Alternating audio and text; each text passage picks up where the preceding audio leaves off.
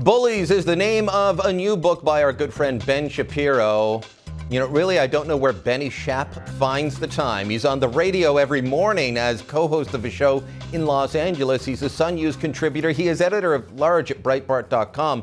And right now he's in New York on his book tour. Thanks for taking the time, Ben, to join us. And your book is called Bullies.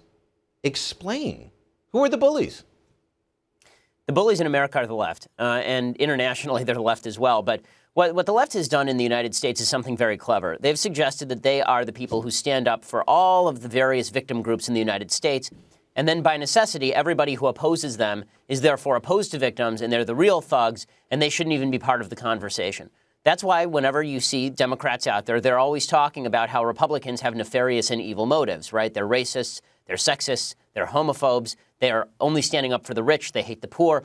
That's the kind of way that the Democrats achieve their goal. Liberals in the United States don't want to have a conversation. They simply want to remove conservatives from kind of the legitimate mainstream political conversations so that they don't have to discuss what's the best policy for the most Americans. Well, and, you know, maybe it's best to show an example of this. I could run down the table of content. You've got race bullies, class bullies, sex bullies, green bullies, secular bullies, anti-patriotic bullies, institutional bullies. They're all there. But let's show a quick clip from a TV show. This is from CNN's Piers Morgan Tonight. Here we go. The solution is for people to be able to defend themselves at the point of the crime and not wait for... You're an unbelievably stupid man, aren't you? You have absolutely no coherent argument whatsoever. You don't give a damn, do you, about the gun murder rate in America? It's down to idiots like you. Thank you for your high-level argument. You are a dangerous man espousing dangerous nonsense.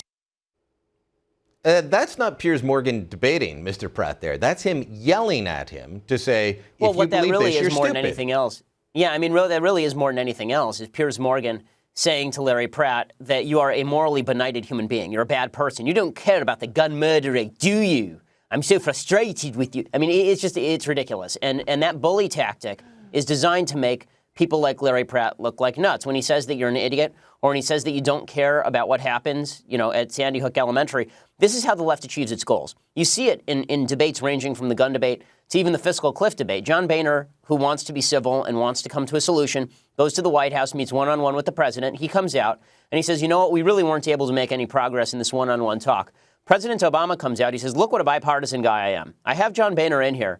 And look how evil he is. That guy only wants to stand up for the rich. What a jerk he is. If he only cared about the American people, he would just do things my way. And this is why the left succeeds. The right continues to pretend that this is an age of civility, where the people on the other side of the table just want to have rational conversation about what's the best policy we can all agree on. The other side of the table, however, is occupied by people who are pure thugs. They are pure bullies. All they care about is demonizing the other side so they don't have to argue. I mean, did you hear any argument there from Piers Morgan about the viability of particular types of gun laws? No, and I experienced the same thing yesterday. I had a piece posted at The Blaze, my warning to America about gun control and what happened here in Canada. And I cited actual facts. I cited cases before the courts. And the response from the left wasn't to debate me on the issues. It was to say, you're fear-mongering. You're making stuff up. They don't want to engage on facts because, well, the facts won't support their point of view.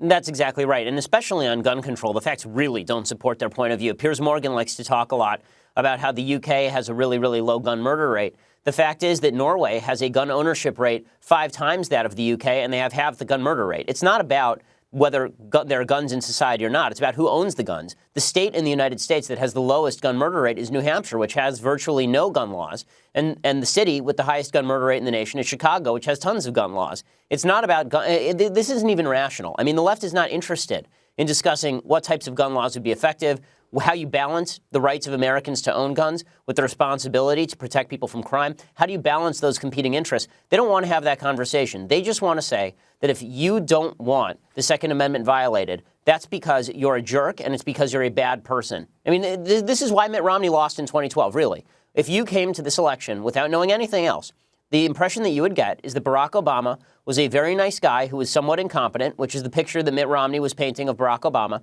And you'd get the picture that Mitt Romney is a tremendously evil fellow who likes to fire people so that their wives die of cancer, which is the picture that Barack Obama was painting of Mitt Romney.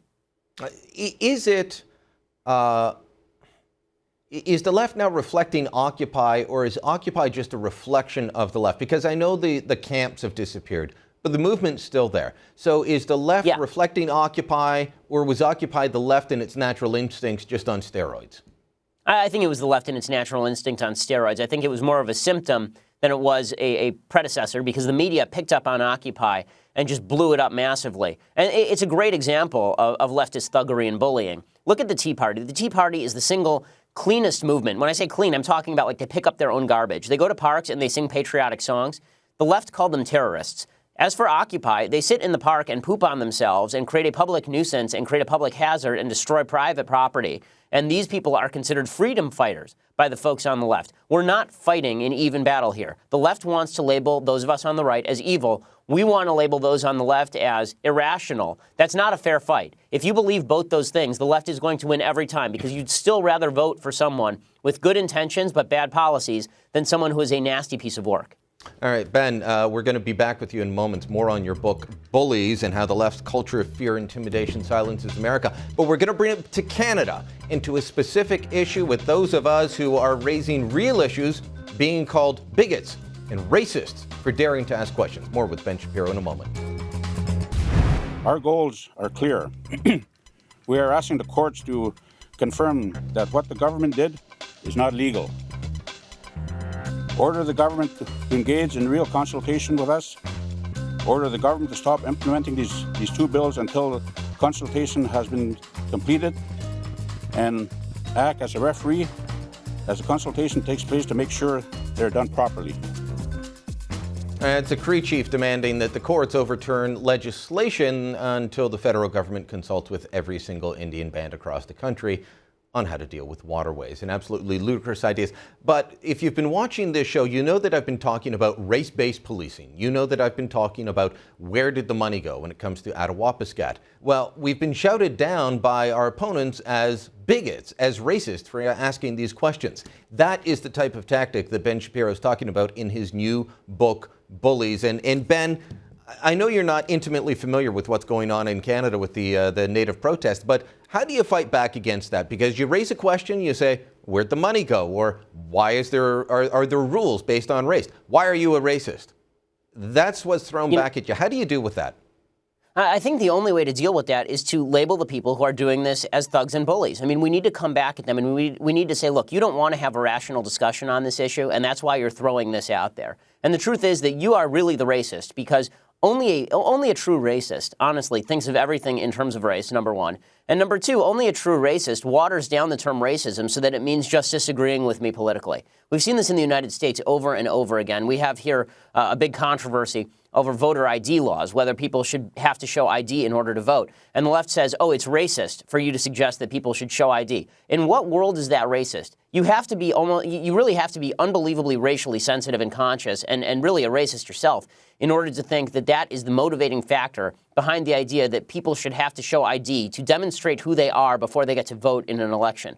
But this is something that the right runs from. The right tends to start going on defense. Oh, I'm not a racist. When it comes to voter ID or when it comes to what's happening in Canada, I'm not a racist. I'm just trying to discuss policy. Why are you picking on me? The problem is this. If they accuse you of racism and you don't actively fight back and go on the offensive against these people by saying, look, you're a thug, and the reason that you're citing racism is because you don't want to have the argument. If you don't do that, the impression that's left with the public is that you are a racist, because otherwise, why would you be so oversensitive about it and running from it? But do you answer back and say, no, I'm not racist, and answer the charge of racism, or do you just counterpunch and then move right on?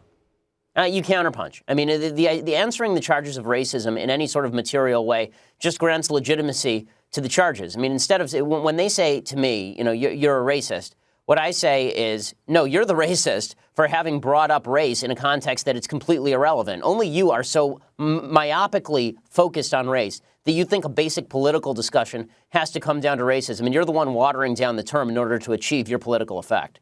All right, a good chunk of this book, it's dedicated to your friend Andrew Breitbart, a man that I didn't get to know well enough, but who was very generous with me and a wonderful guy. I want to read a quote that you have in the book from Andrew, and then we'll talk a bit about that. Andrew said, my goal is to try and teach as many people as possible not to be fearful of sending a message to these people. We reject your worldview the same way you reject ours. I want to bottle that. I want to teach everyone that I know that they don't have to fear anymore, that there's strength in numbers. I think that that's vital to winning back in this fight against the bullies, because the same things that you talk about in this book, we have the same problems here. We have the green bullies, we have the secular bullies, and standing up and then having people realize, hey, that guy's standing up, I can get behind him, is vital. We need to recognize here, the era of civility is over. The left ended it a long time ago. We're still fighting on this plane where we think that, they have good intentions and we have good intentions and we'll be able to come to some sort of wonderful agreement. They don't have good intentions in many cases, and that's demonstrated by the fact that they don't want to come to agreements. They don't want to have rational policy discussions. We dislike their views as much as they dislike ours. And yes, it speaks to your morality. It speaks to who you are as a human being. If every time we discuss politics, you immediately go to calling me a racist, a sexist, a bigot, or a homophobe, there's no reason why we have to fear those labels, because those labels are false. They're lies. You don't fear lies, you destroy lies, and then you go after the liar, and you destroy the liar too. And unless we get on the same page as the left has been for the last 40 years, unless we recognize who it is we're fighting, we're going to have the moral high ground, and we're going to lose every election from here to kingdom come. All right, Ben, good talking to you, and enjoy the rest of the book tour, and hopefully you'll get back to sunny California soon. Thanks for joining us. Thanks a lot, Brian.